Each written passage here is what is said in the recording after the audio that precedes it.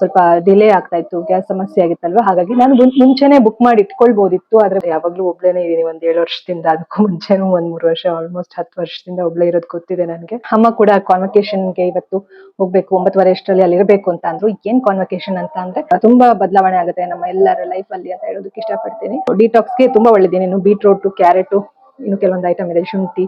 ಎಷ್ಟು ದಿವಸ ಬೇಕಾದ್ರೂ ಮನೇಲೆ ಇರ್ತೀನಿ ನಾನು, ಆ ತರ ಮೈಂಡ್ ಸೆಟ್ ಆಗ್ಬಿಟ್ಟಿದೆ ಇವಾಗ.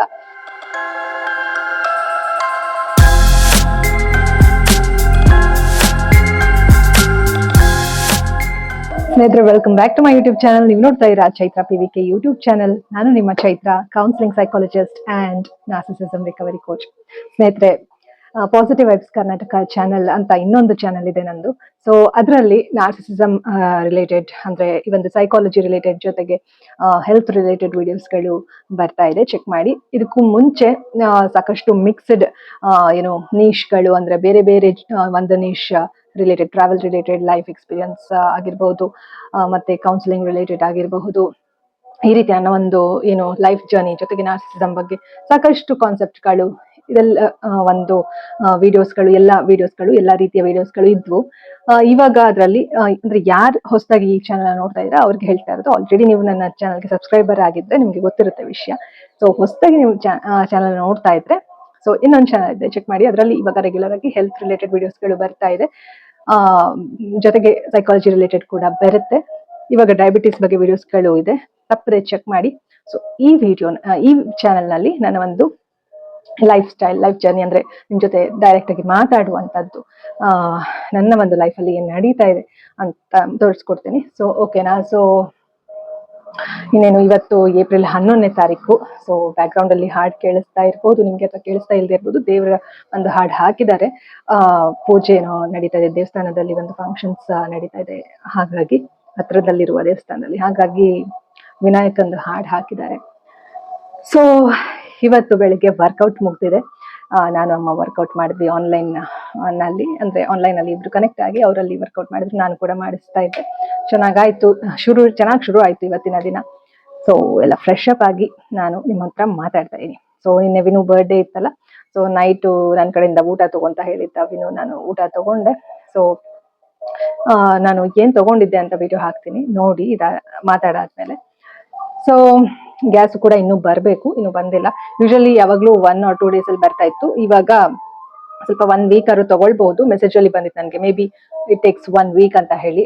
ಗೊತ್ತಲ್ವಾ, ಎಲ್ಲ ಕಡೆ ಪ್ರಾಬ್ಲಮ್ ಇತ್ತು, ವಾರ್ ಇಂದ ಸ್ವಲ್ಪ ಡಿಲೇ ಆಗ್ತಾ ಇತ್ತು, ಗ್ಯಾಸ್ ಸಮಸ್ಯೆ ಆಗಿತ್ತಲ್ವಾ, ಹಾಗಾಗಿ ನಾನು ಮುಂಚೆನೆ ಬುಕ್ ಮಾಡಿ ಇಟ್ಕೊಳ್ಬಹುದಿತ್ತು. ಆದ್ರೆ ಬುಕ್ ಮಾಡ್ಲಿಲ್ಲ ನಾನೇ ಬೇಕಂತ. ಯಾಕಂದ್ರೆ ನನ್ನ ಹತ್ರ 2 ಗ್ಯಾಸ್ ಸಿಲಿಂಡರ್ ಇದೆ, ಒಂದು ಖಾಲಿ ಇಟ್ಟಿರುತ್ತೀನಿ ಯಾವಾಗ್ಲೂ, ಅಂದ್ರೆ ಖಾಲಿ ಆಗಿರೋದನ್ನ, ಇನ್ನೊಂದು ಫುಲ್ ಆಗಿರೋದು ಇರುತ್ತಲ್ವಾ, ಅಂದ್ರೆ ಯೂಸ್ ಮಾಡ್ತಾ ಇರೋದು.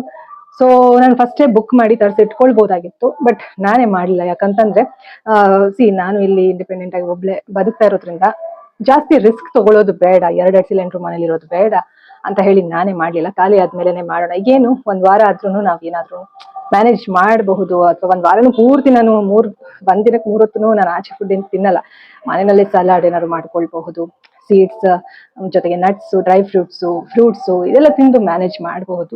1 ಟೈಮ್ ನಾವು ಆಚೆ ತಗೊಂಡು ಊಟ ಮಾಡಬಹುದು. ಸೊ ಈ ಒಂದು ಮೈಂಡ್ ಸೆಟ್ ಅಲ್ಲಿ ನಾನು ಫಸ್ಟೇ ಇದ್ದೆ, ಹಾಗಾಗಿ ಖಾಲಿ ಆದ್ಮೇಲೆನೆ ಬುಕ್ ಮಾಡ್ಬೇಕು ಅಂತ ಇದ್ದೆ. ಸೊ ಮೇ ಬಿ ಇವಾಗ 2 to 3 days ಆಗಿದೆ ಬುಕ್ ಮಾಡಿ, ಬರ್ಬಹುದು. ಸೊ ಇದು ವಿಚಾರ. ಅಮ್ಮ ಕೂಡ ಕಾನ್ವಕೇಶನ್ಗೆ ಇವತ್ತು ಹೋಗ್ಬೇಕು, 9:15 ಅಷ್ಟರಲ್ಲಿ ಅಲ್ಲಿ ಇರಬೇಕು ಅಂತ ಅಂದ್ರು. ಏನ್ ಕಾನ್ವಕೇಶನ್ ಅಂತ ಅಂದ್ರೆ, ಅಮ್ಮ ಸಂಗೀತದ ಎಕ್ಸಾಮ್ ಬರ್ತಿದ್ರು ಅಂತ ಹೇಳಿದ್ದೆ ಅಲ್ವಾ ರೀಸೆಂಟ್ ಆಗಿ ನನ್ನ ವಿಡಿಯೋಸ್ ಅಲ್ಲಿ. ಸೊ ಅದರದ್ದು ಕಾನ್ವಕೇಶನ್ಗೆ ಹೋಗ್ತಾ ಇದ್ದಾರೆ. ಆಲ್ರೆಡಿ ಅಮ್ಮ ಸಂಗೀತ ಕಲ್ತು ಮಕ್ಕಳಿಗೆ ಪಾಠ ಹೇಳ್ಕೊಡ್ತಾ ಇದ್ರು, ನಮ್ಗೆಲ್ಲ ಹೇಳ್ಕೊಟ್ಟಿದ್ದಾರೆ. ಆದ್ರೆ ಅವರು ಕೂಡ ಅಪ್ಡೇಟ್ ಆಗ್ಬೇಕು, ಇನ್ನು ಕಲಿಬೇಕು ಅಂತ ಹೇಳಿ ಅವರು ಇನ್ನು ಕೋರ್ಸ್ಗಳನ್ನ ಮಾಡ್ಕೊಂಡು ಎಕ್ಸಾಮ್ ಬರ್ದಿದ್ದಾರೆ. ಅದರ ಒಂದು ಕಾನ್ವಕೇಶನ್ಗೆ ಹೋಗ್ತಿದ್ದಾರೆ. ಅವತ್ತು ನಂಗೆ ತುಂಬಾ ಖುಷಿ ಇದೆ. ಸೊ ಇಷ್ಟು ವಿಚಾರ. ಈ ನಡುವೆ ಸ್ವಲ್ಪ ಅಮ್ಮ ರೆಗ್ಯುಲರ್ ವರ್ಕೌಟ್ ಮಾಡ್ತಾ ಇರೋದು ಕೂಡ ಖುಷಿ ಇದೆ. ನಿನ್ನೆ ಅಮ್ಮ ಆಕ್ಚುಲಿ ಇನ್ನೊಂದು ಆ ಕಡೆ ಹಾಸ್ಪಿಟಲ್ಗೆ ಹೋಗಿ ಅಲ್ಲಿ ರಿಪೋರ್ಟ್ಸ್ ಅನ್ನ ತೋರಿಸೋದಿತ್ತು ಬೆಂಗಳೂರಲ್ಲಿ. ಅದು ಹೆಸರು ಮರ್ತೋಗಿದೆ, ನಾನು ಕೇಳ್ಬಿಟ್ಟು ಹೇಳ್ತೀನಿ. ಅಲ್ಲಿ ಶುಗರ್ ರಿಲೇಟೆಡ್, ಅಂದ್ರೆ ಗವರ್ಮೆಂಟ್ ಹಾಸ್ಪಿಟಲ್ ಶುಗರ್ ರಿಲೇಟೆಡ್ ಮಾತ್ರ ಅವರು ಟ್ರೀಟ್ಮೆಂಟ್ ಕೊಡ್ಬೇಕು ಅಂತ ಹೇಳಿನೇ ಒಂದು ಹಾಸ್ಪಿಟಲ್ ಇದೆಯಂತೆ ಅಲ್ಲಿ. ಸೊ ಹಾಗಾಗಿ ಗವರ್ಮೆಂಟ್ ಹಾಸ್ಪಿಟಲ್ ಆದ್ರೂ ಕೂಡ ತುಂಬಾ ಚೆನ್ನಾಗಿ ಅಲ್ಲಿ ಟ್ರೀಟ್ಮೆಂಟ್ ಎಲ್ಲ ಇದೆ, ಮತ್ತೆ ಚೆನ್ನಾಗಿ ಡಾಕ್ಟರ್ಸ್ ಗೈಡ್ ಮಾಡ್ತಾರೆ ಅಂತ ಹೇಳ್ತಾ ಇದ್ರು ಅಮ್ಮ. ನಾನು ಅದೇ ಸಜೆಸ್ಟ್ ಮಾಡ್ತೀನಿ, ನೋಡೋಣ, ಕೇಳ್ಬಿಟ್ಟು ಹೇಳ್ತೀನಿ ಅದು ಯಾವ್ದು ಅಂತ ಹೇಳಿ. ಯಾಕಂದ್ರೆ ಅಮ್ಮ ಹೇಳ್ತಾ ಇದ್ರು ಅಲ್ಲಿ ಹೋದ್ಮೇಲೆ ಕೆಲವೊಂದು ಮಾತ್ರೆಗಳು ಡೋಸೇಜ್ ಎಲ್ಲ ಅವರೇ ಹೇಳಿದ್ರಂತೆ, ಈ ತರ ಇದೆಲ್ಲ ಬೇಡ, ಇದು ಕಮ್ಮಿ ಮಾಡಿ ಅದು ಕಮ್ಮಿ ಮಾಡಿ ಅಂತ ಹೇಳಿ ಒಂದು ಕರೆಕ್ಟ್ ರೀತಿನಲ್ಲಿ ಗೈಡ್ ಮಾಡ್ತಾ ಇದ್ದಾರೆ. ಯಾಕಂದ್ರೆ ತುಂಬಾ ಮಾತ್ರೆಗಳು ತಗೊಳ್ತಾ ತುಂಬಾ ಎಫೆಕ್ಟ್ ಆಗುತ್ತೆ ಬಾಡಿಗೆ. ಸೊ ಹಾಗಾಗಿ ಅದೇ ಒಂದು ನಿಟ್ಟಿನಲ್ಲಿ ನಾನು ಕೂಡ ಎಷ್ಟಾಗುತ್ತೋ ಅಷ್ಟು ಮಾತ್ರೆ ಕಮ್ಮಿ ಮಾಡಿಸ್ಬೇಕು ಅಮ್ಮಂಗೆ ಅಂತ ನನ್ಗೆ ಮೈಂಡ್ ಅಲ್ಲಿ ಇದೆ. ಅವ್ರದ್ದು ಹೊಟ್ಟೆ ಬೊಜ್ಜು ಹೇಗಾದ್ರೂ ಕಮ್ಮಿ ಮಾಡಿಸ್ಬೇಕು. ಮನೆಯಲ್ಲೇ ಅಮ್ಮ ಇದ್ರೆ ಅವ್ರಿಗೆ ಹೇಗೋ ನಾವು ಅವ್ರನ್ನ ಏನು ರೆಗ್ಯುಲರ್ ಆಗಿ ಟ್ರೈನ್ ಮಾಡ್ಬಿಡ್ಬೋದು ಬೇಗ, ಒಂದು ಕಮ್ಮಿ ಟೈಮಲ್ಲೇನೆ ಅವ್ರನ್ನ ಫಿಟ್ ಆಗಿ ಫ್ಯಾಟ್ ರೆಡ್ಯೂಸ್ ಮಾಡ್ಬಿಡ್ಬೋದು. ಬಟ್ ಅಮ್ಮ ಅವರು ಏನು ಸಂಸ್ಥೆ ನೋಡ್ಕೊಳ್ಬೇಕು, ಜೊತೆಗೆ ಸಾಕಷ್ಟು ಆಚೆ ಓಡಾಡೋದಿರುತ್ತೆ, ಮೀಟಿಂಗ್ಸ್ಗಳಿರುತ್ತೆ. ಸೊ ಹೀಗೆ ಅವರು ಬ್ಯುಸಿ ಲೈಫ್ ಇರೋದ್ರಿಂದ ಅದಕ್ಕೆ ಅವರ ಒಂದು ಲೈಫ್ ಸ್ಟೈಲ್ಗೆ ತಕ್ಕನಾಗಿ ನಾವು ಅವ್ರ ಟೈಮಿಂಗ್ಗೆ ತಕ್ಕಾಗಿ ಕೆಲವೊಂದು ವಿಚಾರಗಳನ್ನ ಅವ್ರಿಗೆ ತಿಳಿಸಿ ಹೇಳಿ ಈ ರೀತಿ ಅವ್ರಿಗೆ ಟ್ರೈನ್ ಮಾಡ್ಬೇಕಾಗತ್ತೆ. ಸೊ ಹಾಗಾಗಿ ನನಗೆ ಗೊತ್ತಿರೋ ವಿಚಾರಗಳು ಆಲ್ರೆಡಿ ಅಮ್ಮಂಗೆ ಬೇಕಾದಷ್ಟು ಜನ ಅವ್ರಿಗೆ ಒಳ್ಳೊಳ್ಳೆ ಡಾಕ್ಟರ್ಸ್ ಪರಿಚಯ ಇದ್ದಾರೆ, ಒಳ್ಳೊಳ್ಳೆ ಕಾಂಟ್ಯಾಕ್ಟ್ಸ್ ಇದೆ. ಬಟ್ ನನ್ನ ಕೈಲಿ ಏನಾಗುತ್ತೋ ಆಸ್ ಅ ಕೌನ್ಸಿಲಿಂಗ್ ಸೈಕಾಲಜಿಸ್ಟ್ ನಾನು ಓದಿಸ್ತಾರಲ್ವ ಇಷ್ಟು, ನನ್ನ ಕೈಲಿ ಏನಾಗುತ್ತೋ ನಾನು ಏನ್ ತಿಳ್ಕೊಂಡಿದ್ದೀನೋ ಆ ವಿಚಾರಗಳನ್ನ ಹೇಳ್ತಾ ಇರ್ತೀನಿ ಅಷ್ಟೇ.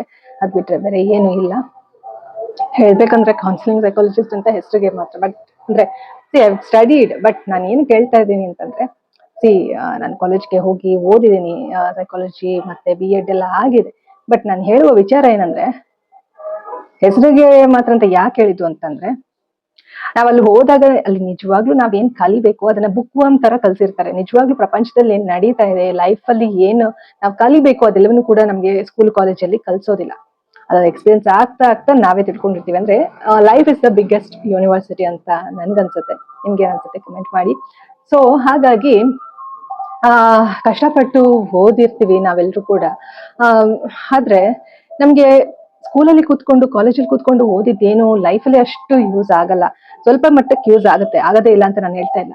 ಆದ್ರೆ ನಮ್ಮ ಲೈಫಲ್ಲಿ ಏನ್ ನಡೀತಾ ಇದೆ ಅದರಿಂದ ನಾವು ಕಲಿಯೋದೇ ಜಾಸ್ತಿ ಅಲ್ವಾ. ಪ್ರಪಂಚದಲ್ಲಿ ಏನ್ ನಡೀತಾ ಇದೆ, ನಮ್ಮ ಲೈಫಲ್ಲಿ ಏನ್ ನಡೀತಾ ಇದೆ, ಅದರಿಂದ ಪಾಠ ಕಲ್ತು ನಾವು ತಿದ್ಕೊಳ್ತಾ ನಮ್ಮನ್ನ ನಾವು ಇಂಪ್ರೂವ್ ಮಾಡ್ಕೊಳ್ತಾ ಹೋದ್ರೆ ತುಂಬಾ ಬದಲಾವಣೆ ಆಗುತ್ತೆ ನಮ್ಮ ಎಲ್ಲರ ಲೈಫ್ ಅಲ್ಲಿ ಅಂತ ಹೇಳೋದಕ್ಕೆ ಇಷ್ಟಪಡ್ತೀನಿ. So life is the biggest university ಅಷ್ಟೇ ನನಗೆ ಅನ್ಸೋದು. ಸೊ ಈ ರೀತಿ ಶುರು ಆಯ್ತು ನನ್ನ ಒಂದು ದಿನ ಇವತ್ತು. ಸೊ ಇವಾಗ ಇನ್ನು ಚಾರ್ಟ್ ಪ್ರಿಪೇರ್ ಮಾಡಕ್ಕಾಗಿಲ್ಲ, ಯಾಕಂದ್ರೆ ಈ ಎಡಿಟಿಂಗ್ ಕೆಲಸಗಳು ಅಂದ್ರೆ ಅಮ್ಮಂಗೆ ಡಯಾಬಿಟಿಸ್ ಕಂಟ್ರೋಲ್ ಮಾಡೋದಕ್ಕೆ, ಅಂದ್ರೆ ಅವ್ರಿಗೆ ಒಂದು ಡಯಟ್, ಅಂದ್ರೆ ಆಲ್ರೆಡಿ ಅಮ್ಮ ಒಳ್ಳೆ ಫುಡ್ ತಗೊಳ್ತಾ ಇದಾರೆ, ಮತ್ತೆ ಕರೆಕ್ಟ್ ಟೈಮ್ಗೆ ಊಟ ಮಾಡ್ತಾರೆ, ಕರೆಕ್ಟ್ ಟೈಮ್ಗೆ ನಿದ್ದೆ ಮಾಡ್ತಾ ಇದಾರೆ, ಎಲ್ಲ ಕರೆಕ್ಟ್ ಇದೆ. ಇವಾಗ ಅದು ಕೂಡ ಸ್ವಲ್ಪ ಚೇಂಜಸ್ ಏನೇನ್ ತಗೋಬೇಕು ಇವಾಗ ಪ್ರತಿದಿನ, ಇವಾಗ ಒಂದ್ ವಾರದಲ್ಲಿ ಪ್ರತಿದಿನ ನೆಕ್ಸ್ಟ್ ಏನ್ ಮತ್ತೇನ್ ಬೇಕು, ನೆಕ್ಸ್ಟ್ ಏನ್ ಮಾಡ್ಬೇಕು ಅಂತ ಹೆಣ್ಮಕ್ಳಿಗೆ ಇದ್ದೇ ಇರುತ್ತಲ್ವಾ. ಒಂದ್ ರೀತಿ ಕನ್ಫ್ಯೂಷನ್ ಇರುತ್ತೆ, ನೆಕ್ಸ್ಟ್ ಏನ್ ಮಾಡೋದು ಅಡಿಗೆ ಅನ್ನೋ.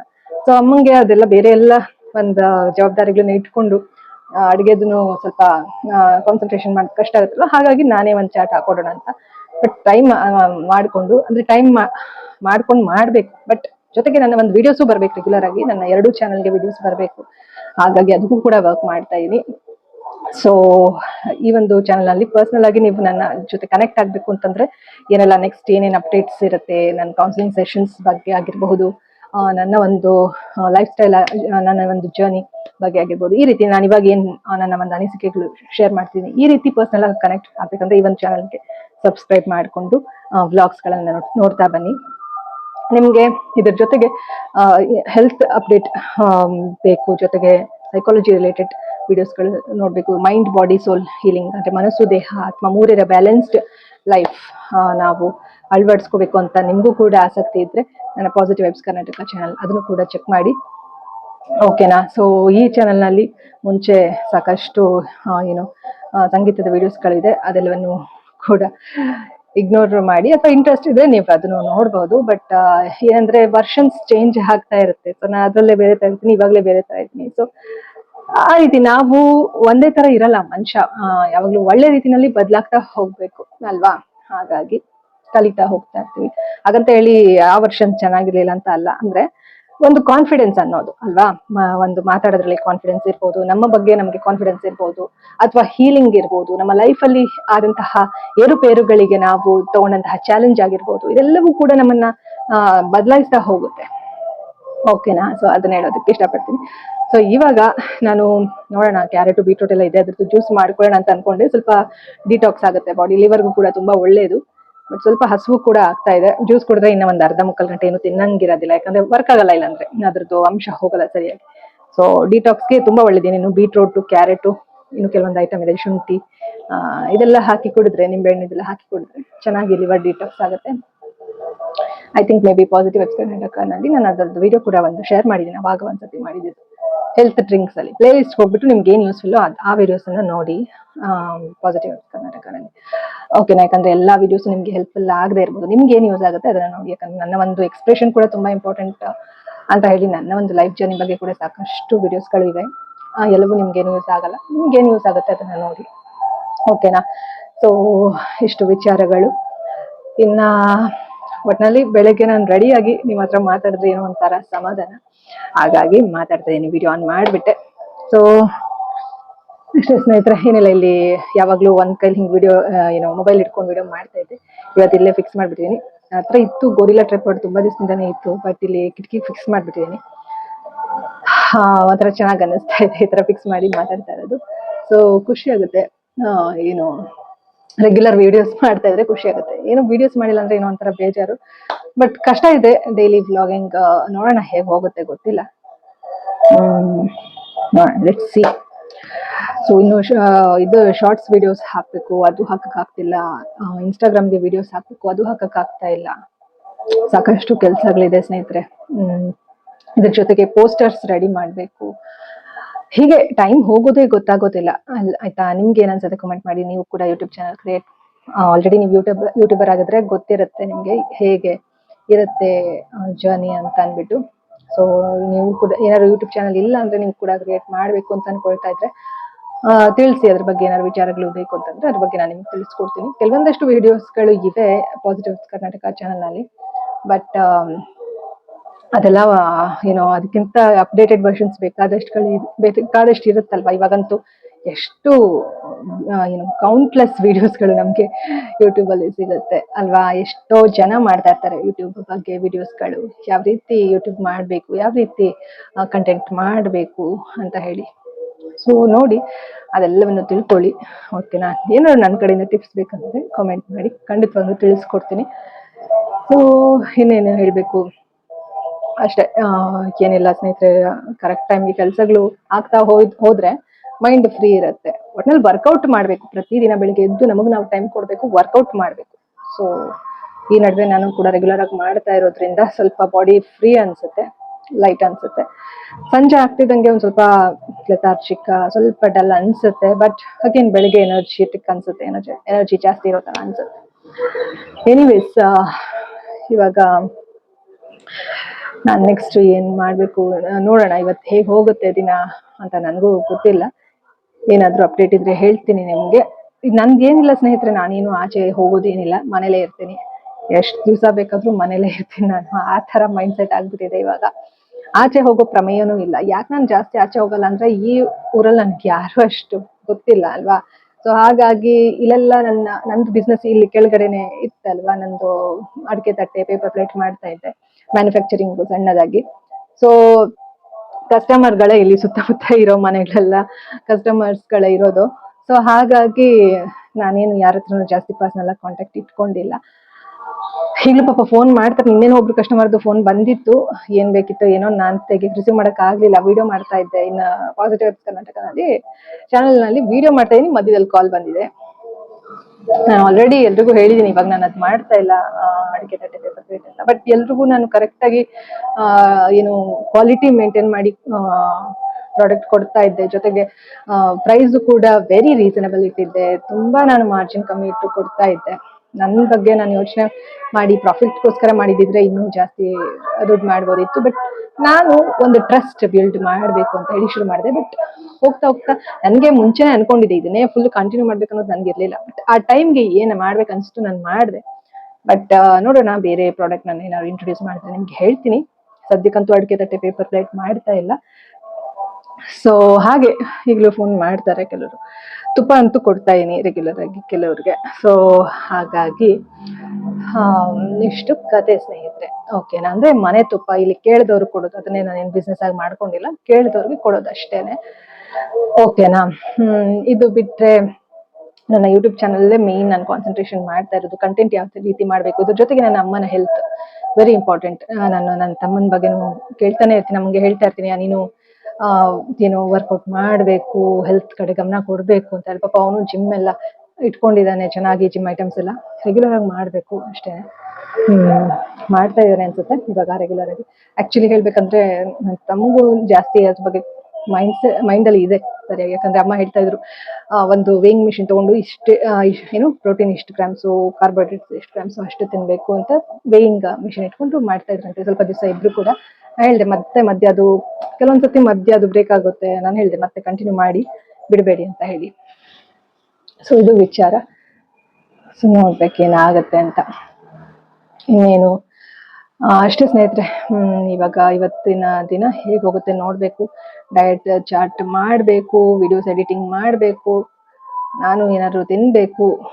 ಇದೆ ನನ್ನ ಮನೆಯೇ ಕೆಲಸಗಳು ಅಷ್ಟೇ. ನಾನು ನೋಡ್ಕೊಳ್ಳೋದೆ ಒಂದ್ ದೊಡ್ಡ ಕೆಲಸ. ನಂಗೆ ಮನೆಯಲ್ಲಿ ಆರಾಮಾಗಿ ಇದ್ದೀನಿ ಇವಾಗ ಇರೋದ್ರಲ್ಲಿ.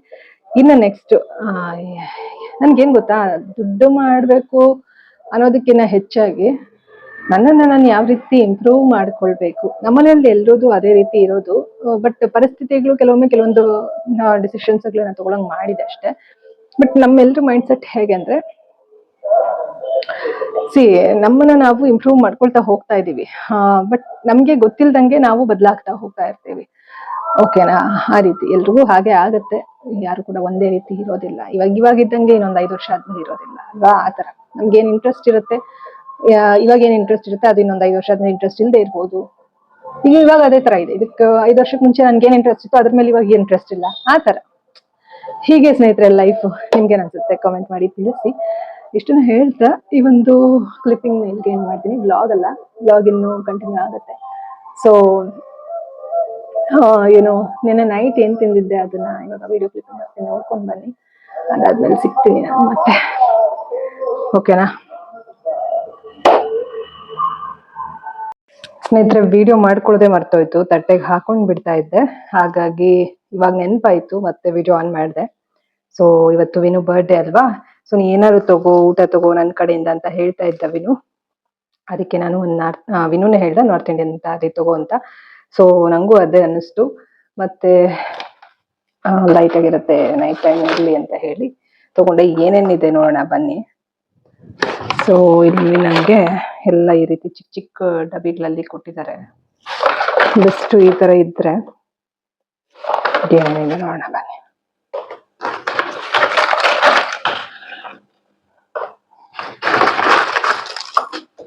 ಅಷ್ಟು ಖಾಲಿ.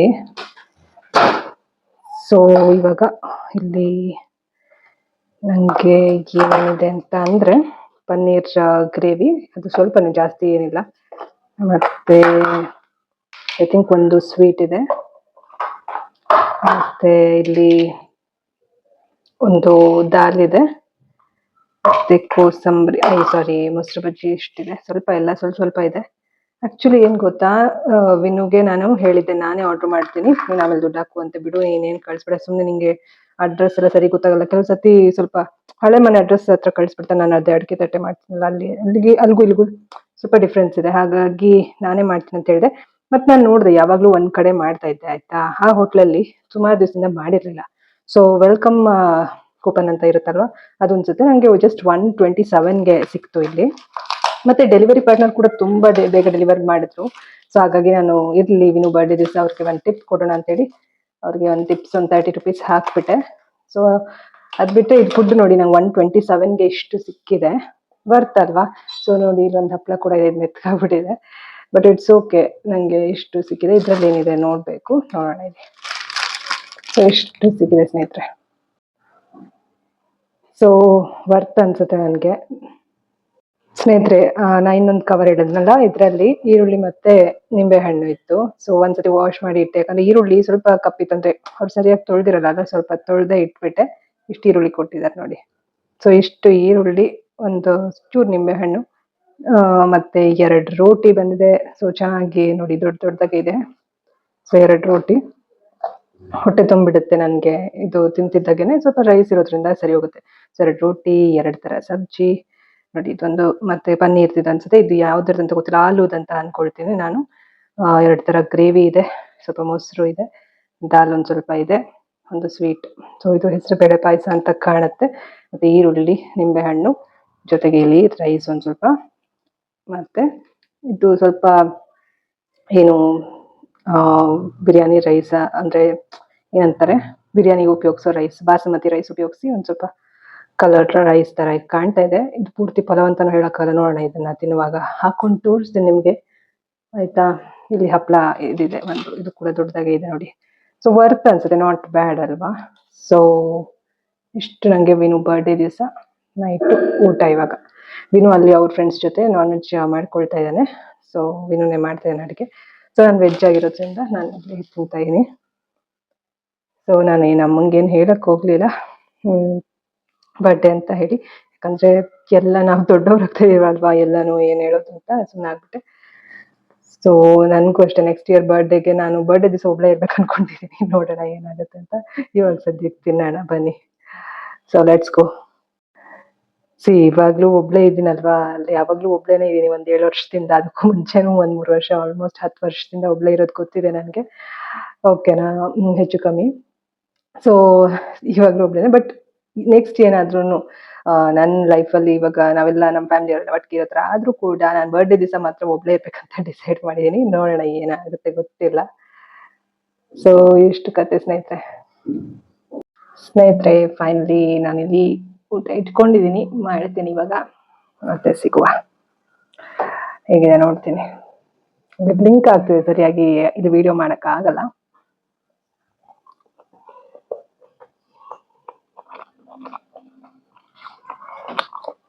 ಬಿಸಿ ಇಲ್ಲ ಆದ್ರೆ ನೋ ಪ್ರಾಬ್ಲಮ್. ಗ್ಯಾಸ್ ಇದ್ದಿದ್ರೆ ಬಿಸಿ ಮಾಡ್ಕೊಳ್ತಾ ಇದ್ದೆ. ಗ್ಯಾಸ್ ಕೂಡ ಖಾಲಿ ಆಗಿದೆ, ಇನ್ನು ಬಂದಿಲ್ಲ. ಮುಂಚೆ ಎಲ್ಲ ಆದ್ರೆ ಒಂದ್ ದಿವಸಕ್ಕೆ ಬಂದ್ಬಿಡುದಿಲ್ಲಿ. ಈಗ ಗ್ಯಾಸ್ ಸಮಸ್ಯೆ ಇದೆ ಅಲ್ವಾ, ಹಾಗಾಗಿ 1 to 3 days ಆಗ್ಬೋದು. ನೋಡೋಣ. ಚೆನ್ನಾಗಿದೆ ಸ್ನೇಹಿತರೆ.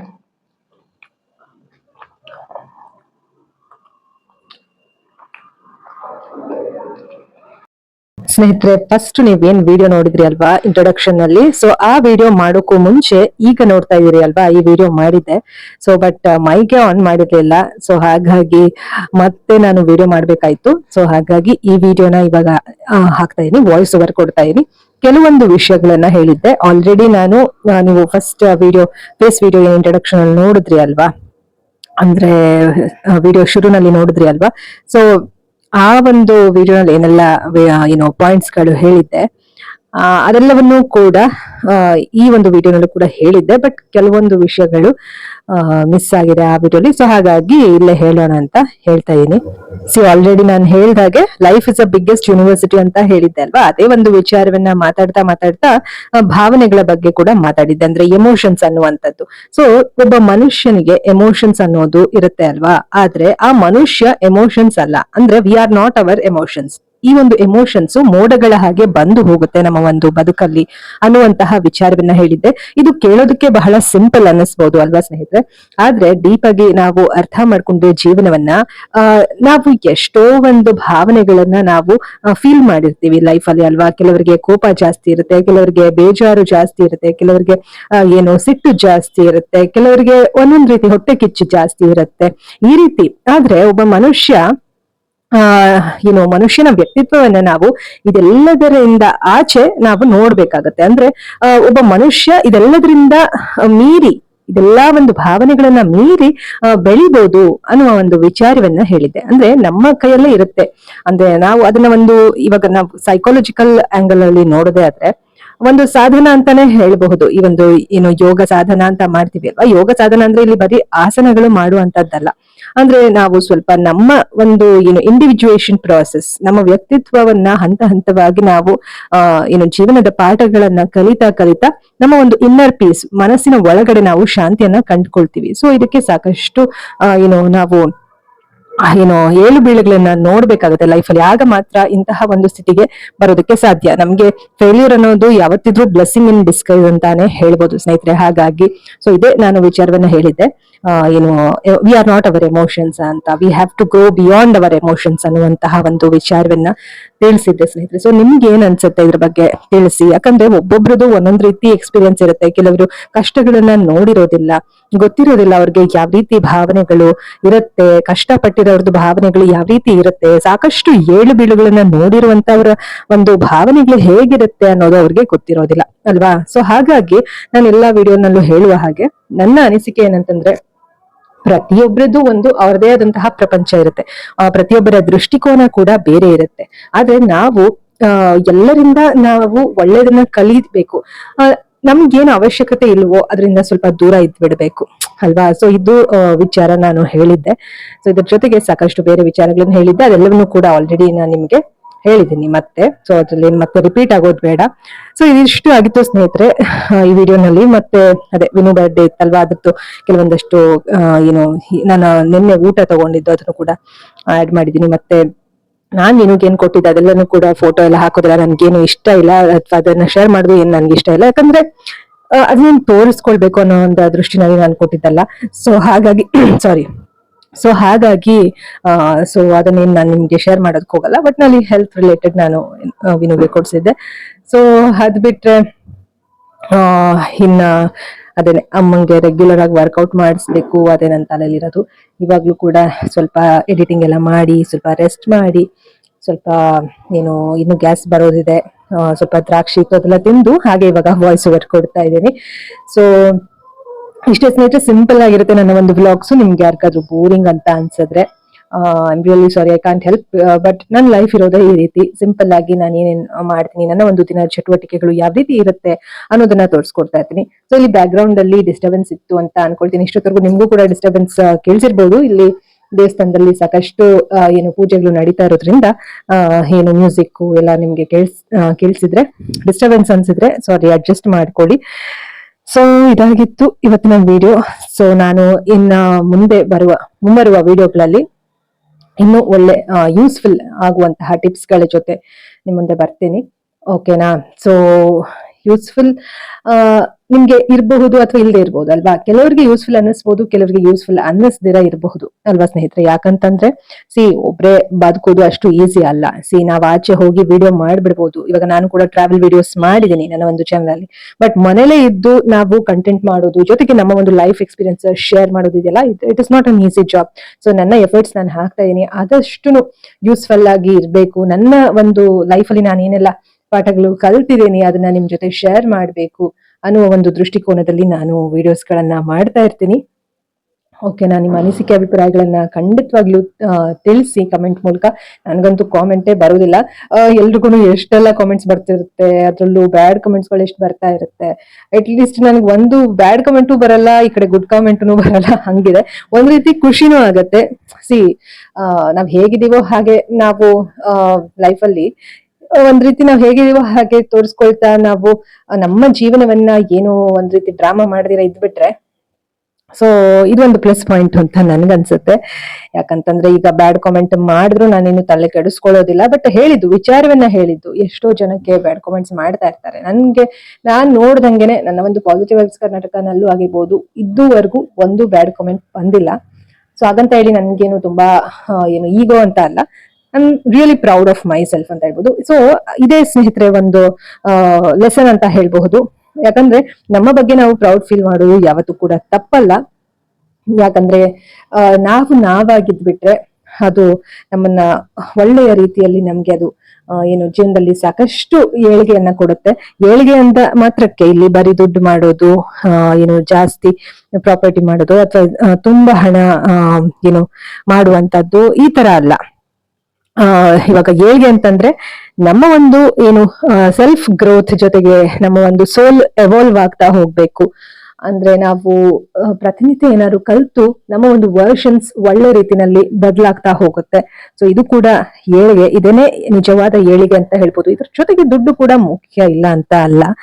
ಬಟ್ ಓವರ್ ಆಲ್ ನಾವು ಮೈಂಡ್, ಬಾಡಿ, ಸೋಲ್ ಹೀಲಿಂಗ್ ಕಡೆ ಗಮನ ಕೊಡೋಣ. ಸೊ ಇದಾಗಿತ್ತು ಇವತ್ತಿನ ವಿಡಿಯೋ. ಸೊ ಮುಂದಿನ ವಿಡಿಯೋನಲ್ಲಿ ಮತ್ತೆ ಭೇಟಿ ಆಗೋಣ ಸ್ನೇಹಿತರೆ. ಇನ್ನು ಸಾಕಷ್ಟು ಹಳೆ ವ್ಲಾಗ್ಗಳೆಲ್ಲ ಇದೆ, ಅದನ್ನು ಕೂಡ ನಾನು ಆದಷ್ಟು ಬೇಗ ಒಂದೊಂದೇ ಶೇರ್ ಮಾಡ್ತೀನಿ. ಯಾಕಂದ್ರೆ ನನ್ನ ಒಂದು ಮೆಮೊರೀಸ್ ಕ್ರಿಯೇಟ್ ಮಾಡ್ಬೇಕು ಅಂತಾನು ಕೂಡ ನಾನು ಅಪ್ಲೋಡ್ ಮಾಡ್ತಾ ಇರ್ತೀನಿ. ನಾನಿಲ್ಲಿ ಬರೀ ದುಡ್ಡು ಮಾಡ್ಬೇಕು ಅಂತ ಇದ್ರೆ ನಾನು ಯಾವತ್ತಿಂದಾನು ನಾನು ಒಂದೇ ನಿಶ್ನ ಆಯ್ಕೆ ಮಾಡ್ಕೊಂಡು ಪರ್ಟಿಕ್ಯುಲರ್ ವಿಡಿಯೋ ಮಾಡ್ಬೋದಿತ್ತು. ಅದು ಕೂಡ ತಪ್ಪಲ್ಲ, ದುಡ್ಡು ಮಾಡ್ಬೇಕು.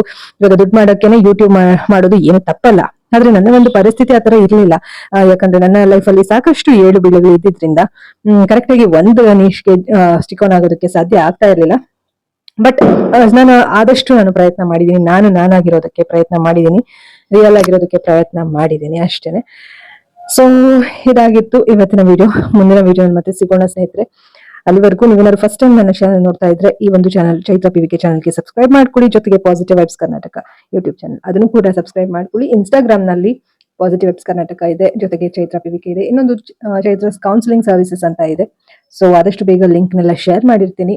ಸಬ್ಸ್ಕ್ರೈಬ್ ಮಾಡ್ಕೊಳ್ಳಿ, ಶೇರ್ ಮಾಡಿ, ಹಾಗೆ ನಿಮ್ಮ ಒಂದು ಅನಿಸಿಕೆ ಅಭಿಪ್ರಾಯಗಳನ್ನ ತಿಳಿಸಿ ಅಂತ ಹೇಳ್ತಾ ಈ ಒಂದು ವಿಡಿಯೋ ಇಲ್ಲಿಗೆ ಮುಗಿಸ್ತಾ ಇದೀನಿ ಸ್ನೇಹಿತರೆ. ವಿಡಿಯೋ ಮುಗಿಸೋದಕ್ಕೂ ಮುಂಚೆ ನಿಮ್ಗೆ ಒಂದು ಕ್ವೆಶ್ಚನ್ ಕೇಳೋದಕ್ಕೆ ಇಷ್ಟಪಡ್ತೀನಿ. ಸೊ ನಿಮ್ಮ ಒಂದು ಲೈಫ್ ಎಕ್ಸ್ಪೀರಿಯನ್ಸ್ ಯಾವ ರೀತಿ, ಅಂದ್ರೆ ನೀವ್ ಏನ್ ಪಾಠಗಳು ಕಲ್ತಿದ್ದೀರಿ ಲೈಫ್ ಅಲ್ಲಿ, ದ ಬಿಗ್ಗೆಸ್ಟ್ ಲೆಸನ್ ಏನು ಅನ್ನೋದನ್ನ ಕಾಮೆಂಟ್ ನಲ್ಲಿ ತಿಳಿಸಿ. ಯಾಕಂತಂದ್ರೆ ನನ್ನ ಒಂದು ವಿಡಿಯೋಸ್ ಗಳನ್ನ ನೋಡ್ತಾ ಇರುವಂತಹ ನೀವು ಎಲ್ರು ಕೂಡ ನನ್ನ ಒಂದು ಫ್ಯಾಮಿಲಿ ಅಂತಾನೆ ನಾನು ಭಾವಿಸ್ತೀನಿ. ಹಾಗಾಗಿ ನಿಮ್ಮ ಅನಿಸಿಕೆ ಅಭಿಪ್ರಾಯಗಳನ್ನ ತಪ್ಪದೆ ಶೇರ್ ಮಾಡಿ, ಓಕೆನಾ? ಸೊ ಮುಂದಿನ ವಿಡಿಯೋ ಮತ್ತೆ ಭೇಟಿ ಆಗೋಣ ಸ್ನೇಹಿತರೆ. ಅಲ್ಲಿವರೆಗೂ think positive, B on optimist, life is beautiful and make the most of it. ಎಲ್ಲರಿಗೂ ಶುಭವಾಗಲಿ.